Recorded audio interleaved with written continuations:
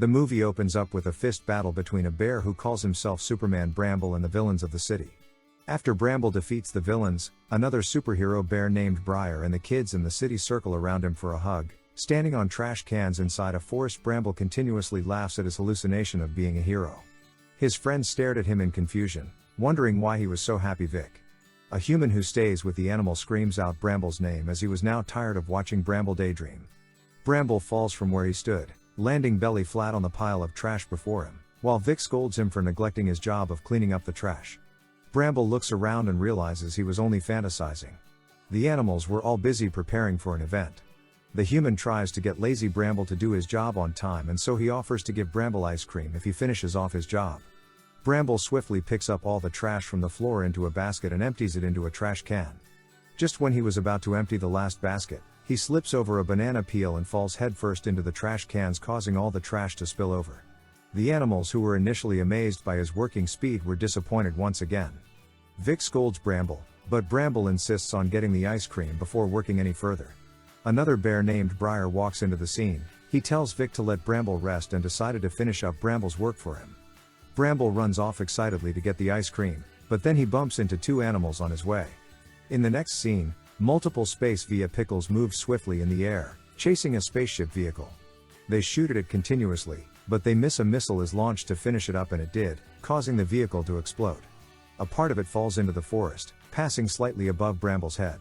It crashes into multiple trees, and just before falling on the floor, something flies out from it. Bramble fearfully hides behind trees as he tries to figure out what it wants, standing behind one of the trees. The object that flew out from the brick falls on Bramble's head, then on the floor. Bramble tiptoes towards it and then he picks it up. He looks at it and wonders if it was a metal fruit. He pulls it very close to his face. His eyes activate the optical recognition and his brain experiences a shock. He throws it to the floor, but it already opened up. Bramble spews out words of high knowledge. When he realizes this, he covers his mouth and runs back to his home in fear. As he returned home, a cat comes out from the vehicle that fell to the ground. Bramble ran into Vic's home and then locked the door. He reaches for the ice cream in the fridge, and as he sat to eat it, the cat sneaked in through the window. Everywhere went dark and Bramble shivered in fear. The cat stands on the table and places his finger on Bramble's forehead. He confirms that what he was looking for was really with Bramble.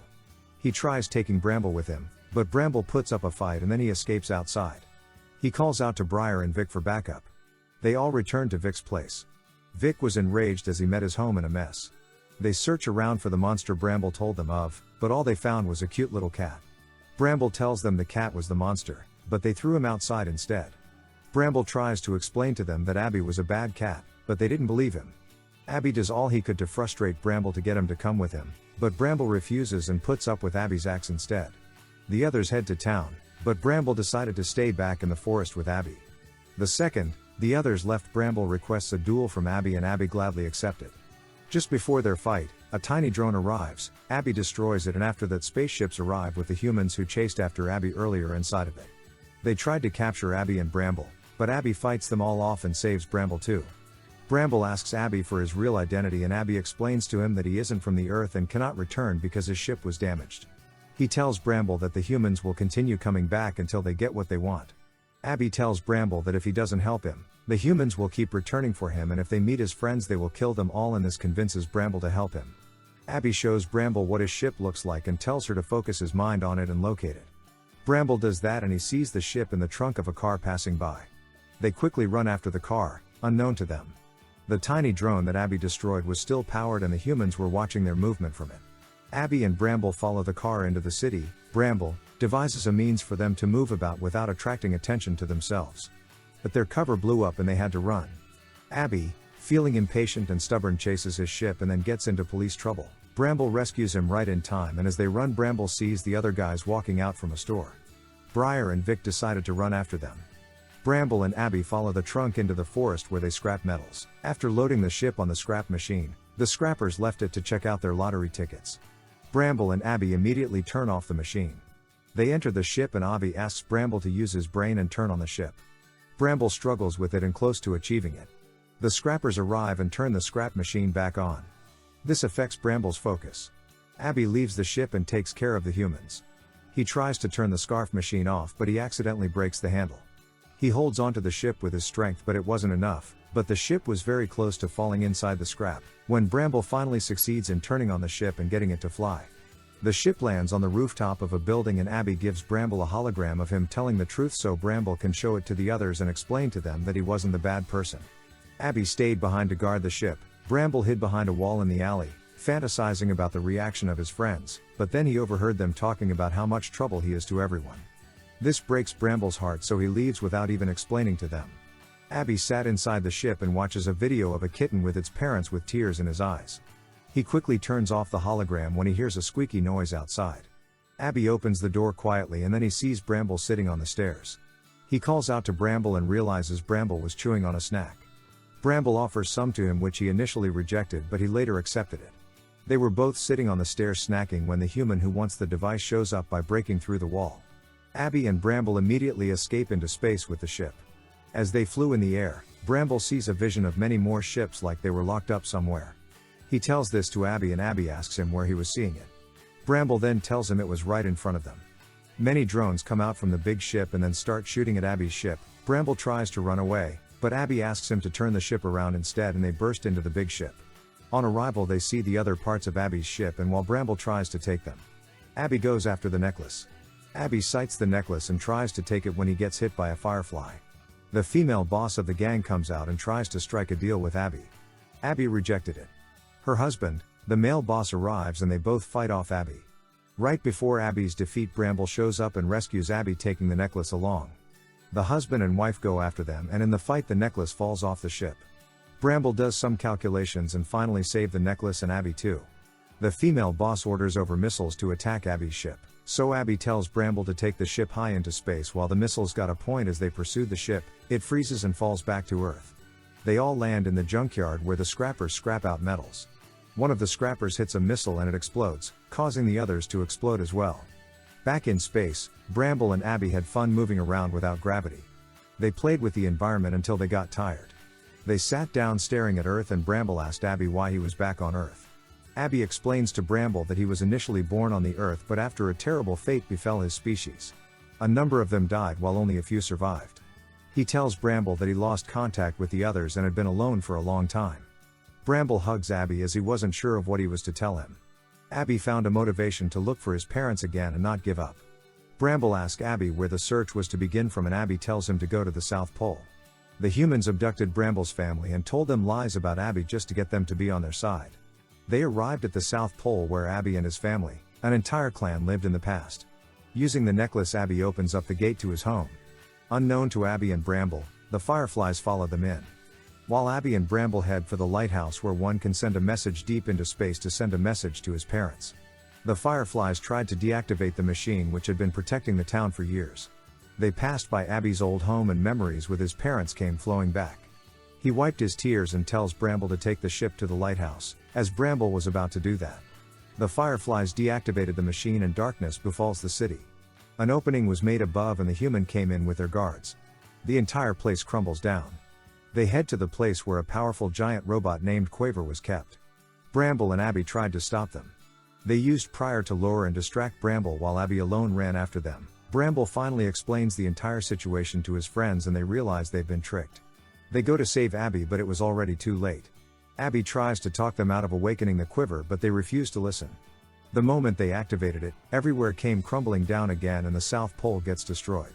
Bramble and the rest roll down and fall to the ground. Bramble wakes up and he searches, analyzing everyone except Briar. He sights Briar at a very far end with stones over him. He tries to save him but couldn't. The Quaver releases fire everywhere again and the whole place crumbles down even more and more stones fall on Briar. Bramble shakily tries to take the stones away, but he couldn't. He breaks down in tears and blames himself for everything.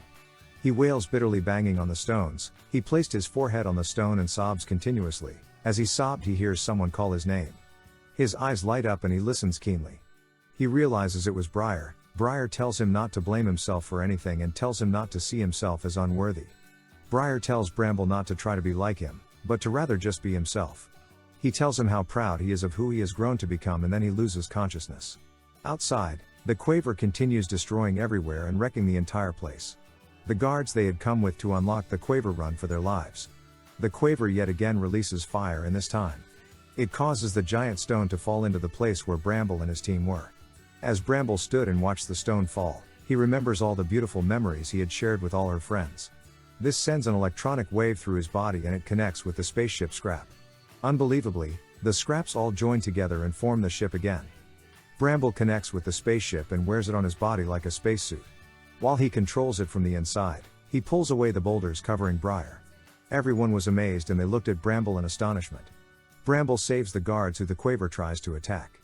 He also saves the male weapon maker, who pleads with Bramble to save his wife from the control of the Quaver. Bramble assembles stones from destroyed buildings and then he forms a fist with it, throwing a heavy punch at the Quaver. He moves swiftly on the Quaver's body and then using more stones he forms an even bigger fist which he uses to throw an even bigger punch at the Quaver's face. He attacks the head and then gives it a punch from the jaw, throwing it off the floor. Bramble was excited about his incoming victory.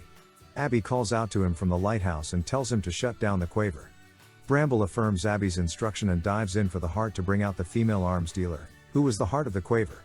Bramble was just a few inches away when the Quaver grabs him and throws him into a building and then unleashed fire on Bramble. Bramble falls to the floor and uses stones to form a shield against the fire. He manages to save himself, but the spaceship was gone. The Quaver tries to squash Bramble to the floor when Briar shoots a missile through its head. The others came with Briar as well to rescue Bramble. As they shoot at the Quaver, the male arms dealer with his guards joins them and they all fire at the Quaver. They call out to Bramble to get back on his feet and Abby joins them too. The arms dealer's wife inside the Quaver and under its influence gets furious and sends electronic waves across the entire place, pushing them all to the floor, including Abby who is riding on a ship. Just before Abby falls to the floor, a hand made from stone catches him and drops him gently on the floor. Bramble had assembled stones and formed a giant-sized stone suit that was the same height as the Quaver. He matches the Quaver for a battle, facing the Quaver. They both throw a punch at each other at the same time. But Bramble was stronger, filled with rage. He furiously throws a final punch at the Quaver and this takes the Quaver to the floor. The Quaver sends fire to Bramble but Bramble blocks it with his stone hand and moves even closer to the Quaver. He sends another punch to the Quaver and pulls it off the floor, grabbing the head. He pushes a lot of energy into his fist and gets ready to send in another punch. He aims for the heart, but just before he reaches there he saw the memories the female arms dealer and he frees his fist. His stone suit dissembled and he jumps out from it, flying straight into the Quaver's heart. He pushes her out and as she fell to the floor, her sad memories of being abandoned by her mother and rejected by people flashes before her. She gets into a trance and her little self receives a comforting hug from Bramble as a little bear. Her husband also comes by and offers to be her friend. But the thread connecting her to the Quaver breaks off the moment she accepts his hand friendship. Abby creates a soft landing pad for her and Bramble. Her husband runs to her and takes her in his arms.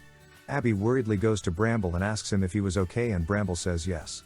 Bramble quickly runs over to the top of a stone when he realizes the Quiver was about to explode and just like he had dreamed of in the beginning.